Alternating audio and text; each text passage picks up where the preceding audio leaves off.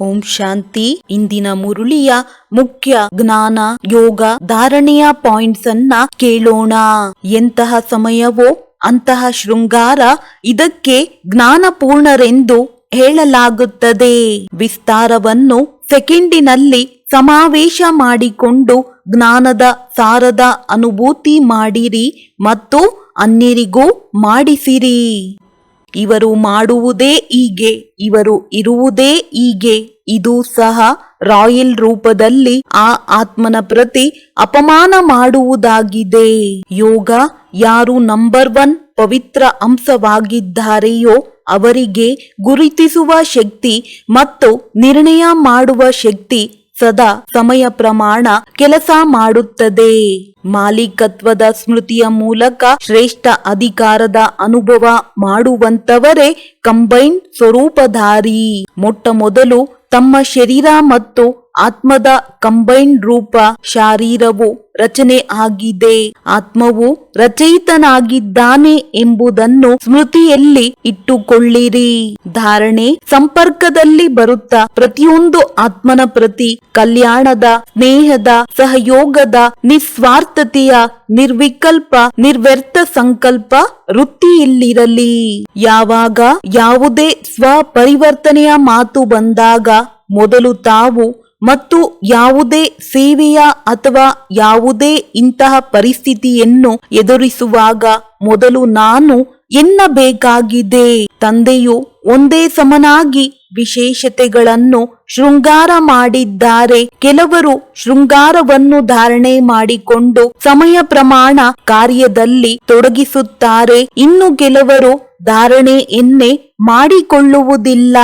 ಯಾರು ಸ್ವಮಾನದಲ್ಲಿ ಸ್ಥಿತರಾಗುವರೋ ಮತ್ತು ಅನ್ಯರಿಗೆ ಸನ್ಮಾನವನ್ನು ಕೊಡುವಂತಹ ದಾತನಾಗಿರುವರೋ ಅವರಲ್ಲಿ ಅಭಿಮಾನದ್ದಾಗಲಿ ಅಪಮಾನದ ವೃತ್ತಿಯಾಗಲಿ ಇರುವುದಿಲ್ಲ.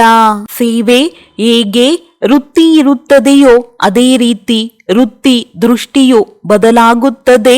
ದೃಷ್ಟಿಯು ಸೃಷ್ಟಿಯನ್ನು ಬದಲಾಯಿಸುತ್ತದೆ. ಮುರುಳಿಯ ವಿಸ್ತಾರವನ್ನ ಕೇಳುತ್ತಾ ಹೋಗೋಣ. ಓಂ ಶಾಂತಿ.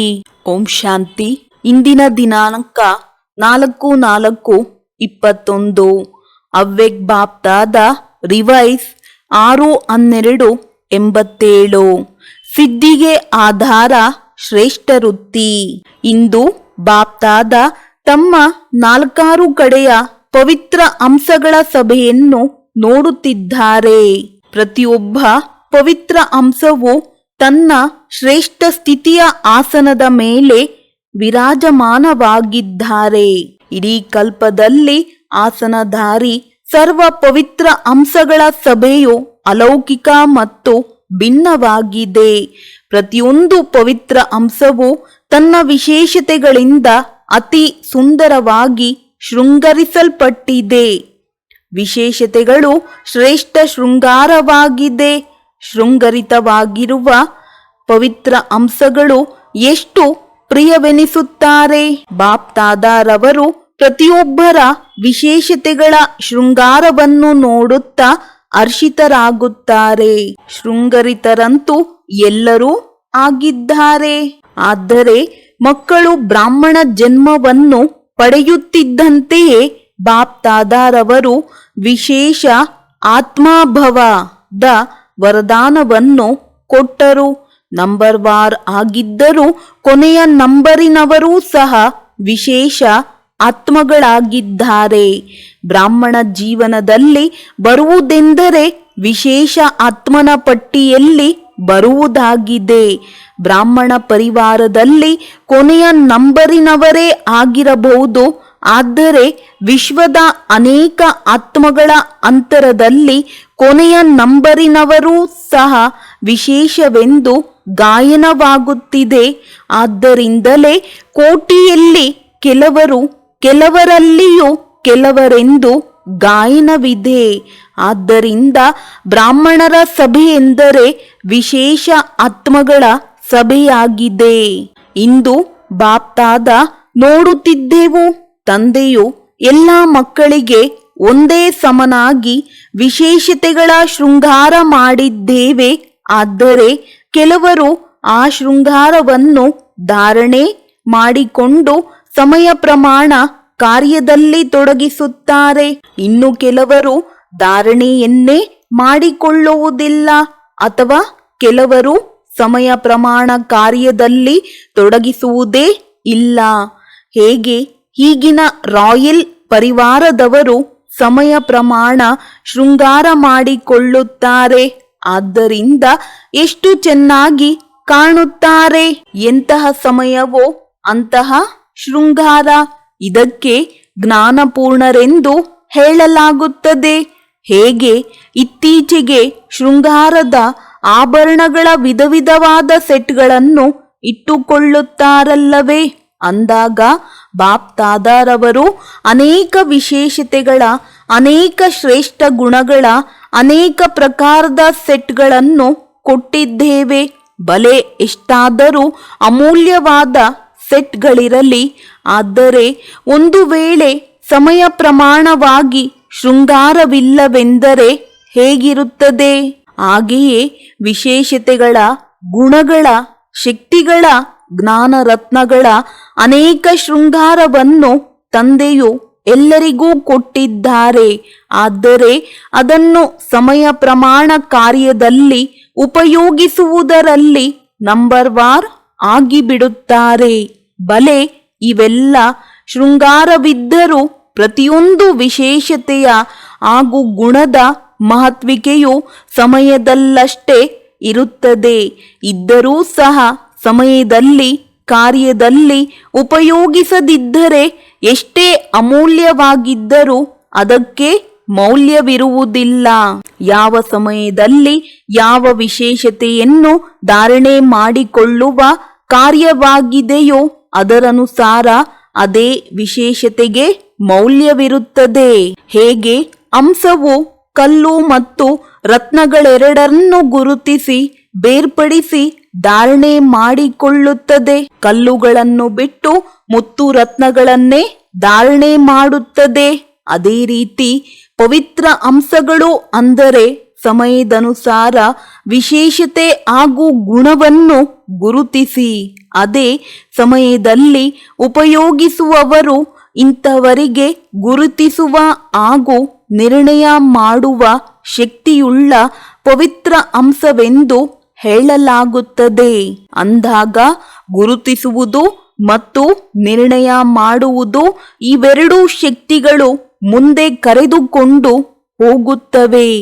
ಯಾವಾಗ ಇವೆರಡೂ ಶಕ್ತಿಗಳು ಧಾರಣೆಯಾಗಿ ಬಿಡುತ್ತದೆಯೋ ಈ ಶಕ್ತಿಗಳಿಂದ ಸಮಯ ಪ್ರಮಾಣ ಕಾರ್ಯವನ್ನು ಪಡೆಯಬಹುದು. ಅಂದಾಗ ಪ್ರತಿಯೊಬ್ಬ ಪವಿತ್ರ ಅಂಶವು ತಮ್ಮ ಇವೆರಡು ಶಕ್ತಿಗಳನ್ನು ಪರಿಶೀಲನೆ ಮಾಡಿಕೊಳ್ಳಿ. ಎರಡು ಶಕ್ತಿಗಳು ಸಮಯದಲ್ಲಿ ಮೋಸ ಮಾಡುವುದಿಲ್ಲವೇ?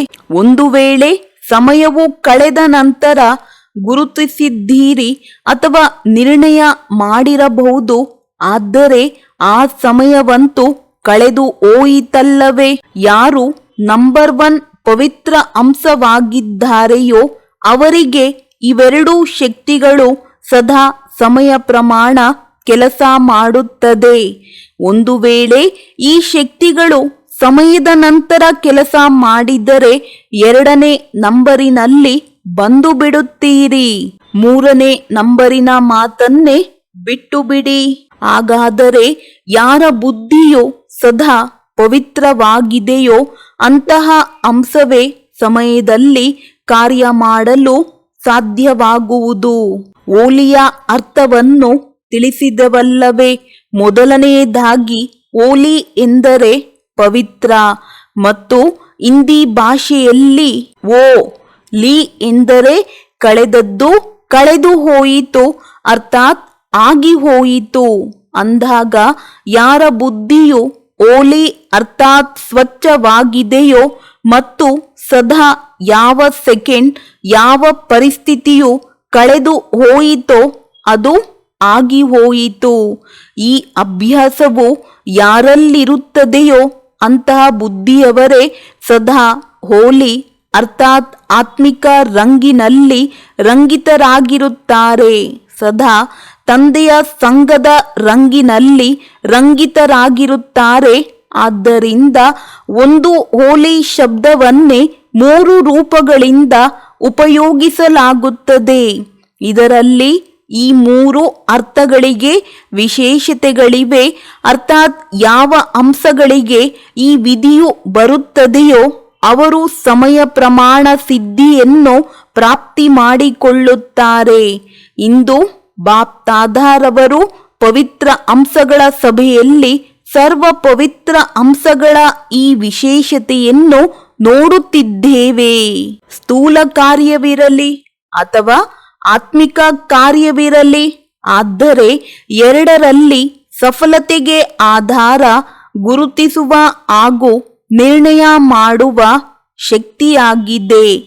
ಯಾರ ಸಂಪರ್ಕದಲ್ಲಿಯೇ ಬರುತ್ತೀರೆಂದರೆ ಎಲ್ಲಿಯವರೆಗೆ ಅವರ ಭಾವ ಮತ್ತು ಭಾವನೆಯನ್ನು ಗುರುತಿಸುವುದಿಲ್ಲ ಮತ್ತು ಗುರುತಿಸಿದ ನಂತರ ಯಥಾರ್ಥ ನಿರ್ಣಯ ಮಾಡಲಾಗುವುದಿಲ್ಲವೋ ಅಲ್ಲಿಯವರೆಗೆ ಎರಡೂ ಕಾರ್ಯಗಳಲ್ಲಿ ವ್ಯಕ್ತಿ ಇರಬಹುದು, ಪರಿಸ್ಥಿತಿ ಇರಬಹುದು, ಆದರೆ ಸಫಲತೆಯು ಪ್ರಾಪ್ತಿಯಾಗುವುದಿಲ್ಲ. ಏಕೆಂದರೆ ವ್ಯಕ್ತಿಗಳ ಸಂಬಂಧದಲ್ಲಿಯೂ ಬರಬೇಕಾಗುತ್ತದೆ ಮತ್ತು ಪರಿಸ್ಥಿತಿಗಳನ್ನು ಪಾರು ಮಾಡಬೇಕಾಗುತ್ತದೆ.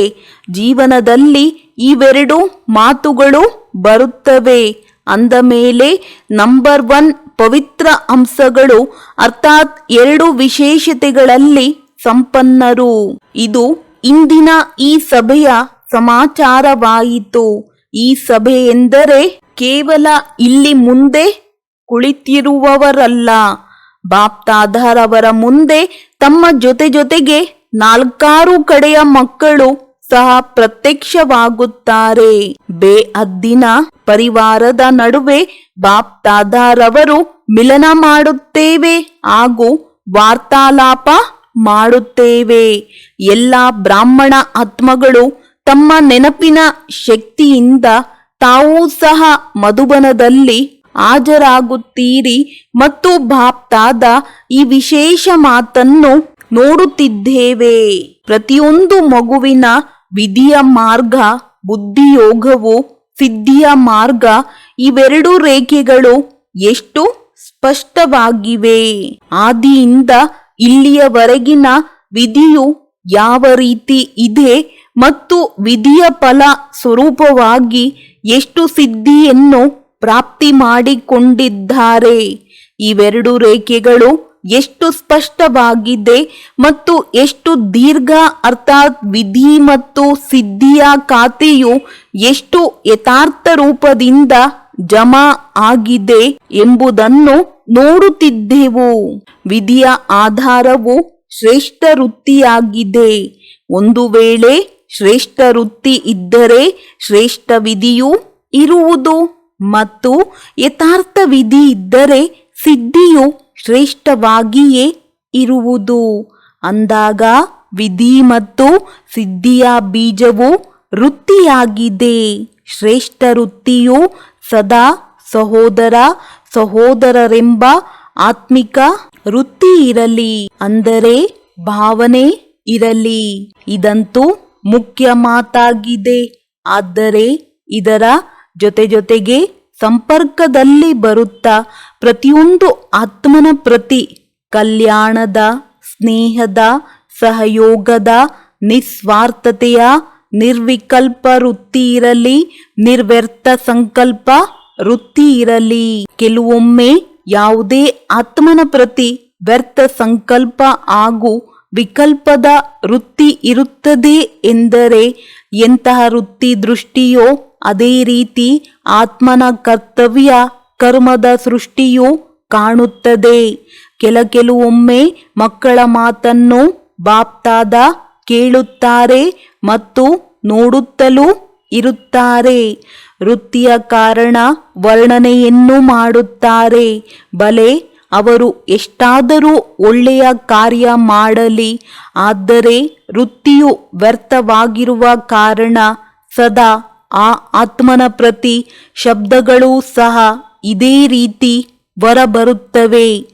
ಇವರು ಇರುವುದೇ ಹೀಗೆ, ಇದು ಆಗುವುದೇ ಹೀಗೆಂದು.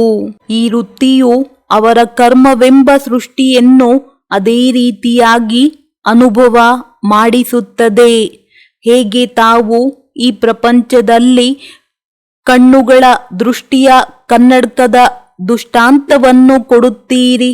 ಯಾವ ರಂಗಿನ ಕನ್ನಡಕವನ್ನು ಹಾಕಿಕೊಳ್ಳುತ್ತಾರೆ ಅದೇ ಕಾಣುತ್ತದೆ. ಅದೇ ರೀತಿ ಹೇಗೆ ವೃತ್ತಿ ಇರುತ್ತದೆಯೋ ಅದೇ ರೀತಿ ವೃತ್ತಿ ದೃಷ್ಟಿಯು ಬದಲಾಗುತ್ತದೆ. ದೃಷ್ಟಿಯು ಸೃಷ್ಟಿಯನ್ನು ಬದಲಾಯಿಸುತ್ತದೆ. ಒಂದು ವೇಳೆ ವೃತ್ತಿಯ ಬೀಜವು ಸದಾ ಶ್ರೇಷ್ಠವಾಗಿರುತ್ತದೆ ಎಂದರೆ ವಿಧಿ ಮತ್ತು ಸಿದ್ಧಿಯು ಸಫಲತಾ ಪೂರ್ವಕವಾಗಿಯೇ ಇರುತ್ತದೆ. ಅಂದಾಗ ಮೊದಲು ವೃತ್ತಿಯ ಬುನಾದಿಯನ್ನು ಪರಿಶೀಲನೆ ಮಾಡಿಕೊಳ್ಳಿರಿ. ಅದಕ್ಕೆ ಶ್ರೇಷ್ಠ ವೃತ್ತಿ ಎಂದು ಹೇಳಲಾಗುತ್ತದೆ. ಒಂದು ವೇಳೆ ಯಾರದೇ ಸಂಬಂಧ ಸಂಪರ್ಕದಲ್ಲಿ ಶ್ರೇಷ್ಠ ವೃತ್ತಿಗೆ ಬದಲಾಗಿ ಸೇರ್ಪಡೆ ಆಗಿರುತ್ತದೆ ಎಂದರೆ ಬಲೆ ತಾವು ವಿಧಿಯನ್ನೆಷ್ಟಾದರೂ ಉಪಯೋಗಿಸಿರಿ, ಆದರೆ ಸಿದ್ಧಿಯಾಗುವುದಿಲ್ಲ. ಏಕೆಂದರೆ ವೃತ್ತಿಯು ಬೀಜವಾಗಿದೆ ಮತ್ತು ವಿಧಿಯು ವೃಕ್ಷವಾಗಿದೆ. ಅದರ ಫಲವು ಸಿದ್ಧಿಯಾಗಿದೆ.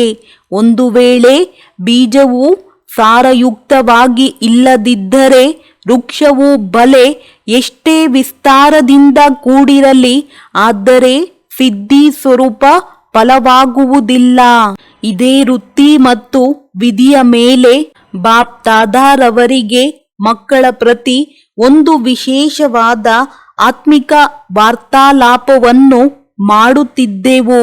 ಸ್ವ ಉನ್ನತಿಯ ಪ್ರತಿ ಹಾಗೂ ಸೇವೆಯ ಸಫಲತೆಯ ಪ್ರತಿ ಒಂದು ರಮಣೀಕವಾದ ಘೋಷಣಾ ವಾಕ್ಯವನ್ನು ವಾರ್ತಾಲಾಪ ಮಾಡಿ ತಿಳಿಸುತ್ತಿದ್ದಾರೆ. ತಾವೆಲ್ಲರೂ ಈ ಸ್ಲೋಗನ್ನನ್ನು ಪರಸ್ಪರದಲ್ಲಿಯೂ ಹೇಳುತ್ತೀರಿ. ಪ್ರತಿಯೊಂದು ಕಾರ್ಯದಲ್ಲಿ ಮೊದಲು ತಾವು ಈ ಸ್ಲೋಗನ್ ನೆನಪಿದೆಯಲ್ಲವೇ? ಒಂದಾಗಿದೆ ಮೊದಲು ತಾವು, ಇನ್ನೊಂದಾಗಿದೆ ಮೊದಲು ನಾನು ಮತ್ತು ಮೊದಲು ತಾವು. ಇವೆರಡೂ ಸ್ಲೋಗನ್ ಅವಶ್ಯಕವಾಗಿದೆ. ಆದರೆ ಬಾಪ್ದಾದ ಆತ್ಮೀಯ ವಾರ್ತಾಲಾಪ ಮಾಡುತ್ತಾ ಮುಗುಳ್ನಗುತ್ತಿದ್ದರು. ಮಕ್ಕಳು ಎಲ್ಲಿ ಮೊದಲು ನಾನು ಎನ್ನಬೇಕೋ ಅಲ್ಲಿ ಮೊದಲು ತಾವು ಮಾಡಿಬಿಡುತ್ತಾರೆ. ಎಲ್ಲಿ ಮೊದಲು ತಾವು ಮಾಡಬೇಕೋ ಅಲ್ಲಿ ಮೊದಲು ತಾನು ಎಂದು ಬಿಡುತ್ತಾರೆ. ಅದಲು ಬದಲು ಮಾಡಿಬಿಡುತ್ತಾರೆ. ಯಾವಾಗ ಯಾವುದೇ ಸ್ವಪರಿವರ್ತನೆಯ ಮಾತು ಬಂದಾಗ ಮೊದಲು ತಾವು ಬದಲಾದರೆ ನಾನು ಬದಲಾಗುತ್ತೇನೆ ಅಂದ ಮೇಲೆ ಮೊದಲು ತಾವು ಆಯಿತಲ್ಲವೇ? ಮತ್ತು ಯಾವುದೇ ಸೇವೆಯ ಅಥವಾ ಯಾವುದೇ ಇಂತಹ ಪರಿಸ್ಥಿತಿಯನ್ನು ಎದುರಿಸುವ ಅವಕಾಶವೂ ಬಂದಾಗ ಪ್ರಯತ್ನಿಸುತ್ತಾರೆ.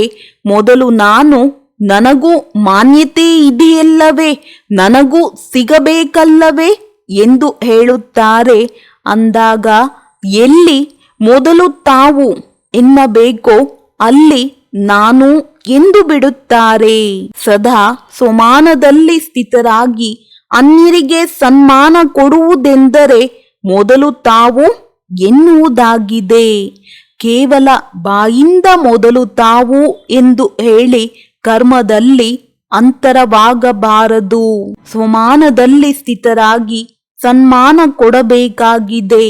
ಸನ್ಮಾನ ಕೊಡುವುದು ಹಾಗೂ ಸ್ವಮಾನದಲ್ಲಿ ಸ್ಥಿತರಾಗುವುದು, ಇದರ ಚಿಹ್ನೆ ಏನಿರಬಹುದು? ಅದರಲ್ಲಿ ಸದಾ ಎರಡು ಮಾತುಗಳನ್ನು ಪರಿಶೀಲನೆ ಮಾಡಿಕೊಳ್ಳಿ. ಒಂದು ಅಭಿಮಾನದ ವೃತ್ತಿಯಾಗಿದೆ, ಇನ್ನೊಂದು ಅಪಮಾನದ ವೃತ್ತಿಯಾಗಿದೆ.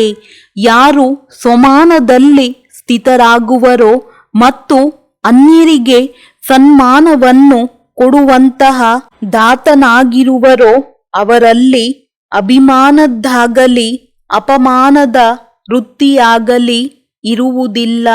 ಇವರು ಮಾಡುವುದೇ ಹೀಗೆ, ಇವರು ಇರುವುದೇ ಹೀಗೆ. ಇದು ಸಹ ರಾಯಲ್ ರೂಪದಲ್ಲಿ ಆ ಆತ್ಮನ ಪ್ರತಿ ಅಪಮಾನ ಮಾಡುವುದಾಗಿದೆ. ಸ್ವಮಾನದಲ್ಲಿ ಸ್ಥಿತರಾಗಿದ್ದು ಸನ್ಮಾನವನ್ನು ಕೊಡಬೇಕು. ಇದಕ್ಕೆ ಮೊದಲು ತಾವು ಎಂದು ಹೇಳುವುದಾಗಿದೆ. ತಿಳಿಯಿತೆ? ಮತ್ತು ಯಾವುದೆಲ್ಲ ಸ್ವ ಉನ್ನತಿಯ ಮಾತುಗಳಿವೆಯೋ ಅದರಲ್ಲಿ ಮೊದಲು ನಾನು ಎಂಬ ಸ್ಲೋಗನ್ ನೆನಪಿರಲಿ. ಆಗ ಫಲಿತಾಂಶವೇನಾಗುವುದು? ಮೊದಲು ನಾನು ಅರ್ಥಾತ್ ಮೊದಲು ಮಾಡುವವರೇ ಅರ್ಜುನರು. ಅರ್ಜುನ ಅರ್ಥಾತ್ ವಿಶೇಷ ಆತ್ಮ, ಭಿನ್ನ ಆತ್ಮ, ಅಲೌಕಿಕ ಆತ್ಮ, ಅಲೌಕಿಕ ವಿಶೇಷ ಆತ್ಮ. ಹೇಗೆ ಬ್ರಹ್ಮ ತಂದೆಯು ಸದಾ ಮೊದಲು ನಾನು ಎಂಬ ಸ್ಲೋಗನ್ನಿನಿಂದ ಅರ್ಜುನನಾದರಲ್ಲವೇ, ಅರ್ಥಾತ್ ನಂಬರ್ 1 ಆತ್ಮನಾದರು. ನಂಬರ್ 1 ಆತ್ಮರದು ನಂಬರ್ 1 ಡಿವಿಷನ್ ಆಗಿದೆ. ಹೇಗೆ ನಂಬರ್ 1 ಅಂತೂ ಒಬ್ಬರೇ ಆಗುವರಲ್ಲವೇ ಅಂದಾಗ ಇವೆರಡು ಅವಶ್ಯವಾಗಿ ಇರಬೇಕಾಗಿದೆ. ಆದರೆ ಯಾವ ಆಧಾರದ ಮೇಲೆ ನಂಬರ್ ಸಿಗುತ್ತದೆ ಎಂಬುದನ್ನು ತಿಳಿಸಿದೆವಲ್ಲವೇ. ಯಾರು ಸಮಯ ಪ್ರಮಾಣ ಯಾವುದೇ ವಿಶೇಷತೆಯನ್ನು ಕಾರ್ಯದಲ್ಲಿ ತೊಡಗಿಸುವುದಿಲ್ಲವೋ ಅವರು ಹಿಂದುಳಿಯುವರು. ಯಾರು ಸಮಯದಲ್ಲಿ ಕಾರ್ಯದಲ್ಲಿ ತೊಡಗಿಸುವರೋ, ವಿಜಯಿ ಮಾಡುತ್ತಾರೆಯೋ ಅವರು ಮೊಟ್ಟ ಮೊದಲಿಗರು ಆಗಿಬಿಡುತ್ತಾರೆ. ಅಂದಾಗ ಇದನ್ನು ಪರಿಶೀಲನೆ ಮಾಡಿಕೊಳ್ಳಿ. ಏಕೆಂದರೆ ಈ ವರ್ಷ ಸ್ವಯಂನ ಪರಿಶೀಲನೆಯ ಮಾತುಗಳನ್ನು ತಿಳಿಸುತ್ತಿದ್ದೇವೆ. ಭಿನ್ನ ಭಿನ್ನವಾದ ಮಾತುಗಳನ್ನು ತಿಳಿಸಿದೆವಲ್ಲವೇ ಅಂದಾಗ ಇಂದು ಈ ಮಾತುಗಳನ್ನು ಪರಿಶೀಲನೆ ಮಾಡಿಕೊಳ್ಳಿ. ತಾವು ಎನ್ನುವ ಬದಲು ನಾನು ನಾನು ಎನ್ನುವುದರ ಬದಲು ತಾವು ಎನ್ನುವುದಿಲ್ಲ ತಾನೆ. ಇದಕ್ಕೆ ಯಥಾರ್ಥ ವಿಧಿ ಎಂದು ಹೇಳುತ್ತಾರೆ. ಎಲ್ಲಿ ಯಥಾರ್ಥ ವಿಧಿ ಇದೆಯೋ ಅಲ್ಲಿ ಸಿದ್ಧಿ ಸಫಲತೆಯೂ ಇದ್ದೇ ಇರುತ್ತದೆ. ಈ ವೃತ್ತಿಯ ವಿಧಿಯನ್ನು ತಿಳಿಸಿದೆವು. 2 ಮಾತುಗಳ ಪರಿಶೀಲನೆ ಮಾಡಿಕೊಳ್ಳಿ. ಅಭಿಮಾನದ ವೃತ್ತಿಯೂ ಇರಬಾರದು, ಅಪಮಾನದ ವೃತ್ತಿಯೂ ಇರಬಾರದು. ಎಲ್ಲಿ ಇವೆರಡರ ಅಪ್ರಾಪ್ತಿ ಇದೆಯೋ ಅಲ್ಲಿ ಸ್ವಮಾನದ ಪ್ರಾಪ್ತಿ ಇದೆ. ತಾವು ಹೇಳಿ ಹೇಳದೇ ಇರಿ, ಯೋಚಿಸಿ ಯೋಚಿಸದೇ ಇರಿ. ಆದರೆ ಪ್ರಕೃತಿ ವ್ಯಕ್ತಿ ಎರಡೂ ಸಹ ಸದಾ ಸ್ವತಃವಾಗಿಯೇ ಸ್ವಮಾನವನ್ನು ಕೊಡುತ್ತಿರುತ್ತದೆ. ಸಂಕಲ್ಪ ಮಾತ್ರದಲ್ಲಿಯೂ ಸ್ವಮಾನದ ಪ್ರಾಪ್ತಿಯ ಇಚ್ಛೆ ಇದ್ದರೆ ಸನ್ಮಾನ ಸಿಗುವುದಿಲ್ಲ. ನಿರ್ಮಾಣರಾಗುವುದು ಅರ್ಥಾತ್ ಮೊದಲು ತಾವು ಎನ್ನುವುದು.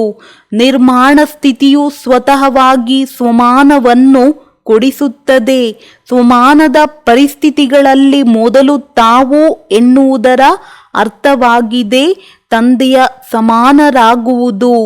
ಹೇಗೆ ಬ್ರಹ್ಮ ತಂದೆಯು ಸದಾ ಸ್ವಮಾನ ಕೊಡುವುದರಲ್ಲಿ ಮೊದಲು ಜಗದಂಬೆ, ಮೊದಲು ಸರಸ್ವತಿ ಮಾ, ನಂತರ ಬ್ರಹ್ಮ ತಂದೆ ಎನ್ನಿಟ್ಟುಕೊಂಡರು.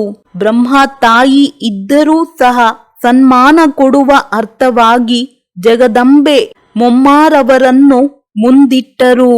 ಪ್ರತಿಯೊಂದು ಕಾರ್ಯದಲ್ಲಿ ಮಕ್ಕಳನ್ನು ಮುಂದಿಟ್ಟರು ಮತ್ತು ಪುರುಷಾರ್ಥದ ಸ್ಥಿತಿಯಲ್ಲಿ ಸದಾ ಸ್ವಯಂವನ್ನು ಮೊದಲು ನಾನು ಎಂದು ಇಂಜಿನ್ನ ರೂಪದಲ್ಲಿ ನೋಡಿಕೊಂಡರು. ಹೇಗೆ ಇಂಜಿನ್ ಮುಂಭಾಗದಲ್ಲಿ ಇರುತ್ತದೆಯಲ್ಲವೇ, ಸದಾ ಈ ಸಾಕಾರ ಜೀವನದಲ್ಲಿ ನೋಡಿಕೊಂಡರು. ನಾನು ಏನು ಮಾಡುವೆನು, ನನ್ನನ್ನು ನೋಡಿ ಎಲ್ಲರೂ ಮಾಡುವರು. ಹೀಗೆ ವಿಧಿಯಲ್ಲಿ, ಸ್ವ ಉನ್ನತಿಯಲ್ಲಿ ಹಾಗೂ ತೀವ್ರ ಪುರುಷಾರ್ಥದ ಸಾಲಿನಲ್ಲಿ ಸದಾ ಮೊದಲು ನಾನು ಎಂದು ಇಟ್ಟುಕೊಂಡರು. ಅಂದ ಮೇಲೆ ಇಂದು ವಿಧಿ ಮತ್ತು ಸಿದ್ಧಿಯ ರೇಖೆಗಳನ್ನು ಪರಿಶೀಲನೆ ಮಾಡುತ್ತಿದ್ದೆವು. ತಿಳಿಯಿತೆ? ಆದ್ದರಿಂದ ಅದಲು ಬದಲು ಮಾಡಿಬಿಡಬೇಡಿ. ಬದಲು ಮಾಡುವುದೆಂದರೆ ಭಾಗ್ಯವನ್ನು ಬದಲಾಯಿಸುವುದು.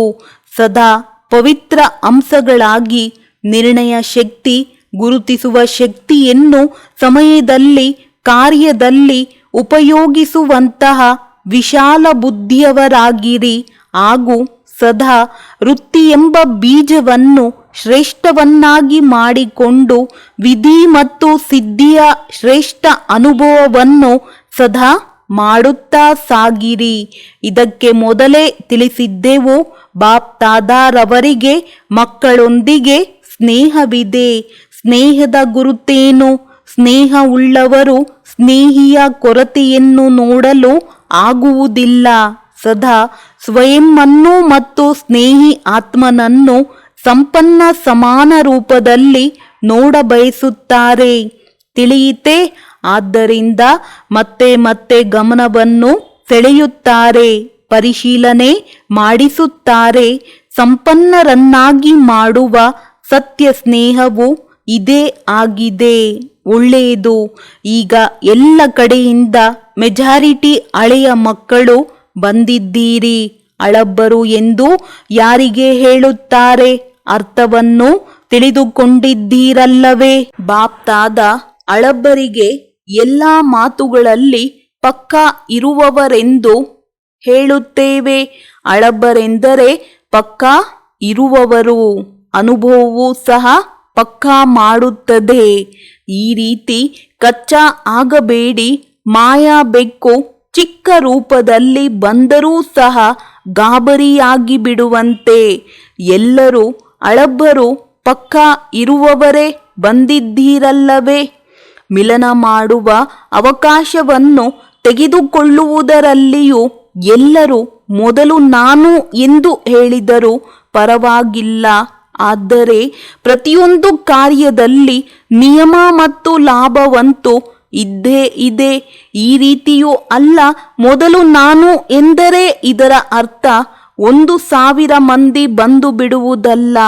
ಸಾಕಾರ ಸೃಷ್ಟಿಯಲ್ಲಿ ಕಾಯಿದೆಯೂ ಇದೆ, ಲಾಭವೂ ಇದೆ. ಅವ್ಯಕ್ತ ವತನದಲ್ಲಿ ಯಾವುದೇ ಕಾಯಿದೆಯ ಮಾತಿಲ್ಲ ಅಥವಾ ಅದರನುಸಾರ ಕಾಯಿದೆ ಮಾಡಬೇಕಾಗುವುದಿಲ್ಲ. ಆದರೆ ಅವ್ಯಕ್ತ ಮಿಲನಕ್ಕಾಗಿ ಪರಿಶ್ರಮವೆನಿಸುತ್ತದೆ. ಸಾಕಾರ ಮಿಲನವು ಸಹಜವೆನಿಸುತ್ತದೆ. ಆದ್ದರಿಂದ ಓಡಿ ಬರುತ್ತೀರಿ. ಆದರೆ ಸಮಯ ಪ್ರಮಾಣ ಎಷ್ಟು ಕಾಯಿದೆ ಇದೆಯೋ ಅಷ್ಟು ಲಾಭವಿರುತ್ತದೆ. ಬಾಪ್ತಾದ ಸ್ವಲ್ಪ ಸೂಚನೆ ಕೊಟ್ಟರೂ ತಿಳಿಯುತ್ತಾರೆ. ಈಗ ಗೊತ್ತಿಲ್ಲ, ಏನಾಗುವುದಿದೆ ಎಂದು ತಿಳಿಯುತ್ತಾರೆ. ಒಂದು ವೇಳೆ ಏನಾದರೂ ಆಗುವುದಿದ್ದರೂ ಸಹ ಅದು ಹೇಳಿ ಬರುವುದಿಲ್ಲ. ಸಾಕಾರ ತಂದೆಯು ಅವ್ಯಕ್ತನಾದರು ಅಂದ ಮೇಲೆ ಮೊದಲೇ ತಿಳಿಸಿ ಅವ್ಯಕ್ತರಾದರೆ ಯಾವುದು ಆಕಸ್ಮಿಕವಾಗಿ ಆಗುತ್ತದೆಯೋ ಅದು ಅಲೌಕಿಕ ಮತ್ತು ಪ್ರಿಯವಾಗಿರುತ್ತದೆ. ಆದ್ದರಿಂದ ಬಾಪ್ತಾದಾರವರು ಹೇಳುತ್ತಾರೆ, ಸದಾ ಎವರ್ ರೆಡಿಯಾಗಿರಿ. ಏನಾಗುವುದೋ ಅದು ಒಳ್ಳೆಯದಕ್ಕಿಂತ ಒಳ್ಳೆಯದೇ ಆಗುವುದು. ತಿಳಿಯಿತೆ? ಒಳ್ಳೆಯದು. ಸರ್ವ ಪವಿತ್ರ ಅಂಶಗಳಿಗೆ ಸರ್ವ ವಿಶಾಲ ಬುದ್ಧಿ, ಶ್ರೇಷ್ಠ ಸ್ವಚ್ಛ ಬುದ್ಧಿಯನ್ನು ಧಾರಣೆ ಮಾಡಿಕೊಳ್ಳುವಂತಹ ಬುದ್ಧಿವಂತ ಮಕ್ಕಳಿಗೆ ಸರ್ವ ಶಕ್ತಿಗಳು, ಸರ್ವ ವಿಶೇಷತೆಗಳನ್ನು ಸಮಯ ಪ್ರಮಾಣ ಕಾರ್ಯದಲ್ಲಿ ಉಪಯೋಗಿಸುವಂತಹ ಜ್ಞಾನಿ ಆತ್ಮಗಳು, ಯೋಗಿ ಆತ್ಮಗಳಿಗೆ ಸದಾ ತಂದೆಯ ಸಮಾನ ಸಂಪನ್ನರಾಗುವ ಉಲ್ಲಾಸ ಉತ್ಸಾಹದಲ್ಲಿ ಇರುವಂತಹ ಸಂಪನ್ನ ಮಕ್ಕಳಿಗೆ ಬಾಪ್ತಾದಾರವರ ನೆನಪು, ಪ್ರೀತಿ ಹಾಗೂ ನಮಸ್ತೆ. ವರದಾನ: ಮಾಲೀಕತ್ವದ ಸ್ಮೃತಿಯ ಮೂಲಕ ಶ್ರೇಷ್ಠ ಅಧಿಕಾರದ ಅನುಭವ ಮಾಡುವಂತಹ ಕಂಬೈನ್ಡ್ ಸ್ವರೂಪಧಾರಿ ಭವ. ಮೊಟ್ಟಮೊದಲು ತಮ್ಮ ಶರೀರ ಮತ್ತು ಆತ್ಮದ ಕಂಬೈನ್ಡ್ ರೂಪ ಶರೀರವು ರಚನೆ ಆಗಿದೆ. ಆತ್ಮವು ರಚಯಿತನಾಗಿದ್ದಾನೆ ಎಂಬುದನ್ನು ಸ್ಮೃತಿಯಲ್ಲಿ ಇಟ್ಟುಕೊಳ್ಳಿರಿ. ಇದರಿಂದ ಸ್ವತಃವಾಗಿ ಮಾಲೀಕತ್ವದ ಸ್ಮೃತಿಯು ಇರುತ್ತದೆ. ಮಾಲೀಕನೆಂಬ ಸ್ಮೃತಿಯಿಂದ ತಮ್ಮ ಶ್ರೇಷ್ಠ ಅಧಿಕಾರದ ಅನುಭವವನ್ನು ಮಾಡುವಿರಿ. ಶರೀರವನ್ನು ನಡೆಸುವವರು ಆಗುವಿರಿ. ಇನ್ನೊಂದು ತಂದೆ ಹಾಗೂ ಮಗುವಿನ ಶಿವಶಕ್ತಿ ಕಂಬೈನ್ಡ್ ಸ್ವರೂಪದ ಸ್ಮೃತಿಯಿಂದ ಮಾಯೆಯ ವಿಘ್ನಗಳನ್ನು ಅಧಿಕಾರದಿಂದ ಪಾರು ಮಾಡಿಬಿಡುವಿರಿ. ಸ್ಲೋಗನ್: ವಿಸ್ತಾರವನ್ನು ಸೆಕೆಂಡಿನಲ್ಲಿ ಸಮಾವೇಶ ಮಾಡಿಕೊಂಡು ಜ್ಞಾನದ ಸಾರದ ಅನುಭೂತಿ ಮಾಡಿರಿ ಮತ್ತು ಅನ್ಯರಿಗೂ ಮಾಡಿಸಿರಿ. ಒಳ್ಳೆಯದು. ಓಂ ಶಾಂತಿ.